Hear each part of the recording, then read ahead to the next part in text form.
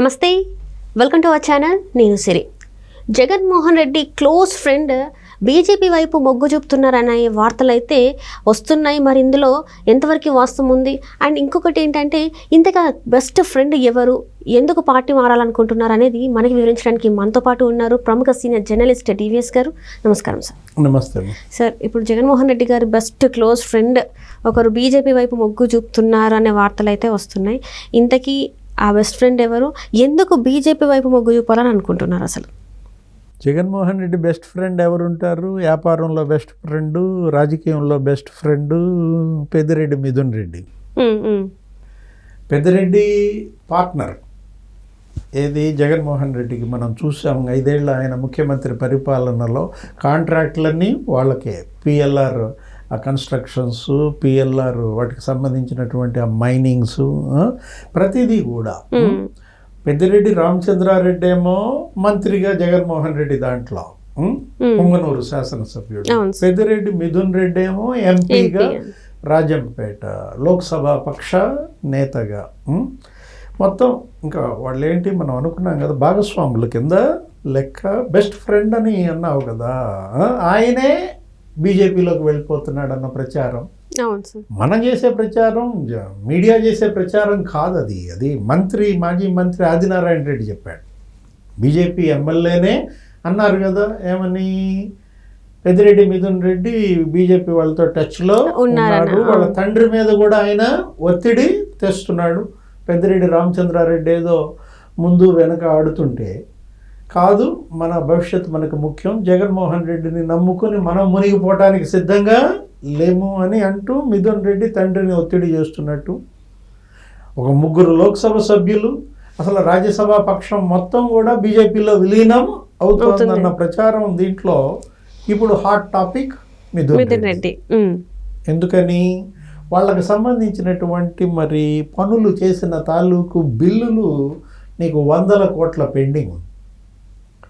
Already ఎప్పుడైతే ఇక్కడ తెలుగుదేశం గెలుస్తోంది అన్న సమాచారం రాకముందే వాళ్ళ మెషినరీ మొత్తం సౌత్ ఆఫ్రికాకి పంపించేశారు. దాని మీద గొడవ కూడా జరిగింది, రచ్చ అయిందనమాట. కృష్ణపట్నం పోర్ట్ నుండి హెవీ మెషినరీ పెద్దిరెడ్డి నీకు కౌంటింగ్ ముందే సౌత్ ఆఫ్రికా పంపించేస్తుంటే ఇక ఓడిపోతున్నాం అనేది తెలిసిపోయింది. అందుకే వీళ్ళు ఇక్కడ డేరా ఎత్తేసారు అని అనుకున్న దీంట్లో ఆయన ఏమన్నాడు, పెద్దిరెడ్డి రామచంద్రారెడ్డి ప్రెస్ మీట్ పెట్టి, మాకు అక్కడ వ్యాపారాలు ఉన్నాయి సౌత్ ఆఫ్రికాలో, ఈ మెషినరీ అటు తీసుకువెళ్తుంటాం, అవి ఇక్కడికి తెస్తుంటాం, ఏదో బిల్డప్ ఇచ్చారు. ఇప్పుడు అట్లాగే ఈ ప్రచారానికి కూడా మిథున్ రెడ్డి బిల్డప్ ఇచ్చాడు. ఏమని, ఏంటి ఇట్లా ప్రచారం జరుగుతోందన్న వార్తలు నీకు గల్లీ నుంచి ఢిల్లీ దాకా నీకు ఇదే న్యూస్ స్ప్రెడ్ అయినప్పుడు ఏమన్నాడు మిథున్ రెడ్డి, రామ్ అసలు నేను పార్టీ మారే ప్రసక్తే లేదన్నా. అది మామూలుగా చూయింగం డైలాగ్.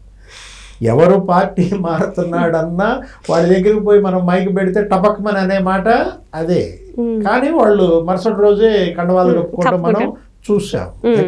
ఇక్కడే కాదు, ఏ రాష్ట్రంలో అయినా అదే సినిమా నడుస్తున్న దీంట్లో మిథున్ రెడ్డి కాషాయ కండవా కప్పుకునేది ఇప్పుడు ఆయన చెప్పచ్చు ఏమని, నేను జగన్మోహన్ రెడ్డికి బెస్ట్ ఫ్రెండ్ అని, నా మీద ఈ ప్రచారం ఇవాళ కాదు 15 ఏళ్ళగా జరుగుతానే ఉంది, మేమేమైనా మారామా అని అంటే అని ఉండొచ్చు. ఎవరికైనా వాళ్ళ భవిష్యత్తు ముఖ్యం. మిథున్ రెడ్డి వయసు తక్కువ, మరి పెద్దిరెడ్డి రామచంద్రారెడ్డి సన్సెట్. ఆయన ఇంకేంటి, ఇంకా ఆయనకి మళ్ళా మంత్రి అవుతాడని, ఇంకో 5 ఏళ్ల తర్వాత జగన్ సీఎం అవుతాడని ఈ ఆశలేమీ లేవు. చేసినంత చేశాడు సుదీర్ఘకాలం. ఆయన కూడా 7-8 సార్లు ఆయన ఎమ్మెల్యేగా గెలిచిన దీంట్లో ఇప్పుడు ఇక అసెంబ్లీలో ఇవాళ వైసీపీ ఎమ్మెల్యేగా ఆయన ఉండాలి. ఎవరు? తండ్రి. కొడుకు భవిష్యత్ అలా కాదు. మిథున్ రెడ్డి ఏంటి, ఇవాళ మరి బీజేపీలో గెలితేనే అతనికి అవకాశాలు బాగుంటాయి. రేపొద్దున కూడా అక్కడ బీజేపీకి కూడా ఒక నాయకుడు కావాలా. ఇటు ఆర్థిక బలం, అంగబలం పుష్కలంగా ఉన్నటువంటి మిథున్ రెడ్డి మీద కూడా ఈ కాంట్రాక్టులకు సంబంధించి, వర్కులకు సంబంధించిన ఇవే కానీ బీజేపీ అతన్ని దూరం పెట్టడానికి అతని పైనేమి హత్య కేసులు, అవినీతి కేసులు, వీటిల్లో రక్తపు మరకలు అంటినాడేమీ కాదనమాట. ఆదినారాయణ రెడ్డి కూడా ఏమన్నారు, అవినాష్ రెడ్డి తప్ప మేము ఎవరినైనా తీసుకోవడానికి మా బీజేపీ పెద్దలు కూడా సిద్ధంగా ఉన్నారు అని. వాళ్ళ బీజేపీ బలపడాలమ్మా. ఆంధ్రప్రదేశ్లో వైఎస్ఆర్ కాంగ్రెస్ పార్టీ ప్లేస్లోకి బీజేపీ రావాలనేది వాళ్ళ యొక్క ఉద్దేశ్యం, లక్ష్యం. మనం చూసాం తెలంగాణలో బీజేపీ ఎలా చాప కింద నీరులాగా చొచ్చుకుపోయిందో మనం చూసాం. ఇవాళ తెలంగాణలో కాంగ్రెస్ వర్సెస్ బీజేపీ నువ్వా నేనా అని నడుస్తుంది. మన పార్లమెంట్ ఎన్నికల్లో చూసాం 17 పార్లమెంట్ సీట్లలో వాళ్ళకి 8 వీళ్ళకి 8 కొట్టేశారు, పంచుకున్నారు 50-50 అనమాట. బీఆర్ఎస్ కొట్టుకుపోయింది, ఇంకా కనిపించేశారు. రేపు అక్కడ కూడా అదే జరుగుద్ది. ఎక్కడ ఆంధ్రప్రదేశ్లో కూడా. ఆంధ్రప్రదేశ్లో కూడా ఏమవుతుంది, ఇంకా బీజేపీ, తెలుగుదేశం, జనసేనదే భవిష్యత్తు అనమాట. వైఎస్ఆర్ కాంగ్రెస్ పార్టీ అనేది దానికి ఇంకా భవిష్యత్తు లేదు అనేది వాళ్ళ కార్యకర్తల్లో, నాయకుల్లో బలంగా వెళ్తాం.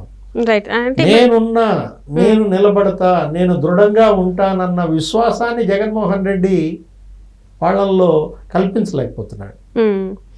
అంటే ఇప్పుడు మీరు అన్నారు కదా సార్, ఇప్పుడు పార్టీని పోయే పరిస్థితి ఉందని. కానీ ఈ పార్టీ గురించి, వైసీపీ పార్టీ గురించి ఏంటంటే ఒక వార్త అయితే హల్చల్ అవుతుంది. ఏంటంటే వైసీపీ పార్టీని తీసుకెళ్లి కాంగ్రెస్లో కలిపిస్తా అని చెప్పేసి, దానికోసం జగన్మోహన్ రెడ్డి గారు బెంగళూరు వెళ్ళి ఇప్పుడు అక్కడ డీకే శివకుమార్ గారితో భేటీ అయ్యే ఛాన్సెస్ ఉన్నాయని చెప్పేసి కూడా మరి వార్తలు వచ్చినాయి. ఇప్పుడు బెంగళూరులో అదే జరుగుతోందని, అసలు ఆయన యలహంక ప్యాలెస్కి హడావుడిగా పులివెందుల 5 రోజుల పర్యటన 3 రోజులకి ముగించుకొని వెళ్ళిపోయింది కూడా శివకుమార్తో చర్చల నిమిత్తం. ఏదో కండిషన్ పెట్టాడని, ఏంటి షర్మిల పగ్గాలు షర్మిల నుంచి తీసేయాలి, షర్మిలను కనుక ఆ పదవి నుంచి తొలగించినట్లయితే నేను పార్టీ కలపటానికి సిద్ధం అన్నట్టుగా మరి జగన్ రాయబారం పంపాడని. మిథున్ రెడ్డి భవిష్యత్ ఇవాళ జగన్మోహన్ రెడ్డి చేతుల్లో లేదు. ఎందుకంటే మిథున్ రెడ్డి తెలుగుగలాడు, పెద్దిరెడ్డిది కూడా రాజకీయ కుటుంబం. ఏది వాళ్ళ భవిష్యత్తు వాళ్ళు ఎత్తుక్కుంటారు.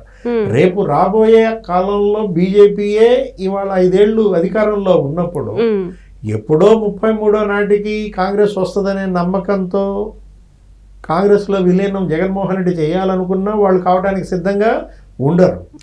పైపెచ్చు ఇదే కారణం, ఇదే వంక చూపించి వాళ్ళు బీజేపీలో చేరిపోతారు. మా యొక్క అభిమతానికి వ్యతిరేకంగా జగన్మోహన్ రెడ్డి ఈ నిర్ణయం తీసుకుంటున్నాడని ఆ నెపం జగన్ మీద వేసేస్తాడు. దూకటానికి వాళ్ళు సిద్ధంగా ఉన్నారు, వంకల కోసం ఎతుకుతున్నారు.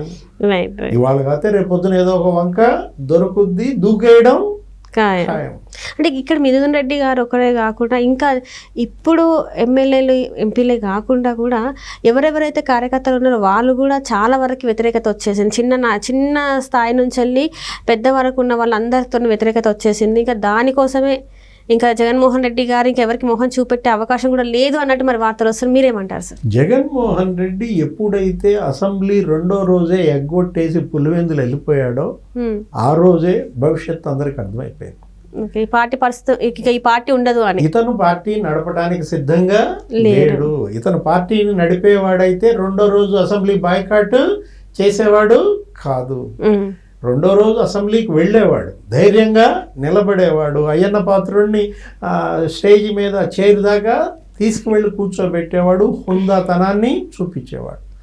ఎప్పుడైతే నీకు అసెంబ్లీ వదిలేసి తాడేపల్లి వెళ్ళిపోయి పడుకున్నాడో, అక్కడ కూడా ప్రశాంతత లేకుండా పులివెందులు పారిపోయాడో, పులివెందుల్లో ప్రశాంతత లేకుండా బెంగళూరు వెళ్ళిపోయాడు.